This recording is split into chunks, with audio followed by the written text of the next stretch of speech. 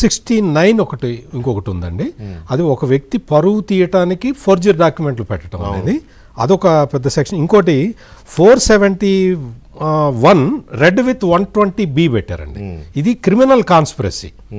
ఈ అదర్స్ అని ఉన్నది బహుశా ఈ క్రిమినల్ కాన్స్పిరసీలో ఇద్దరికన్నా ఎక్కువ మంది ఇందులో కామన్ ఇంటెన్షన్ అంటే క్రిమినల్ ఇంటెన్షన్ తోటి ఉంటే ఈ సెక్షన్ పెడతారు. 471 రెడ్ విత్ 120B పెట్టారనమాట. ఇవన్నీ కూడా గ్రేవ్ అఫెన్సెస్ పెట్టారండి. ఎఫ్ఐఆర్ లో అదర్స్ పెట్టడానికి కారణమే అది క్రిమినల్ కాన్స్పిరసీ ఇన్వోక్ చేయాలి. రైట్. ఓకే, ఇప్పుడు మనం ఒకసారి యామిని గారితో మాట్లాడదాం.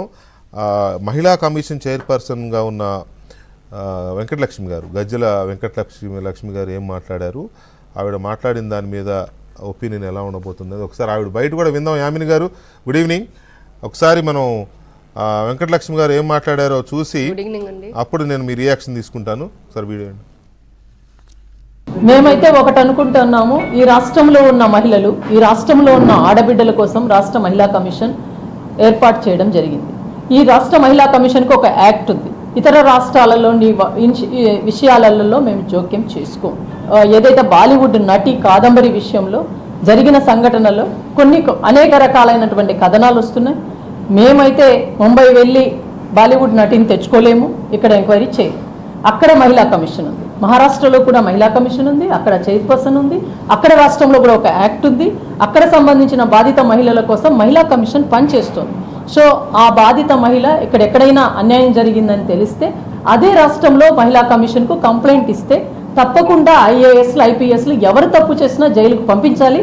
తప్పకుండా ఆ మహిళా కమిషన్ అలా చేస్తుంది. ఆ బాధిత మహిళ అంటే చదువుకోని వాళ్ళు మారుమూల ప్రాంతాల నుంచి కూడా ఈరోజు మహిళా కమిషన్ ఆశ్రయిస్తున్నారు. పోలీస్ డిపార్ట్మెంట్లో ఎక్కడైనా అలసత్వం జరిగినా, అధికారుల దగ్గర అలసత్వం జరిగినా ఇమీడియట్గా వారి హక్కులు ఉన్నాయి, వారి హక్కులను కాపాడుకోవాలి, వారి హక్కుల కోసం మేము వస్తాము, మాకు చేయాల్సిన బాధ్యత మీ మీద ఉంది అని నిలదీస్తున్నారు మహిళలు.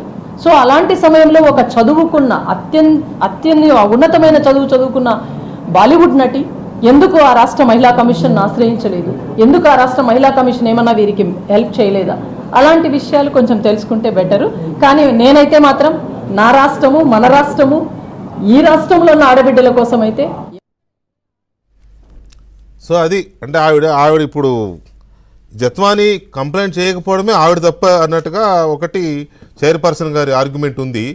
రెండవది ఆ 3 నిమిషాల వీడియోలో ఎక్కడా కూడా ఒక్క నిమిషం ఉమేష్, మళ్ళీ వస్తాను మీ దగ్గరికి.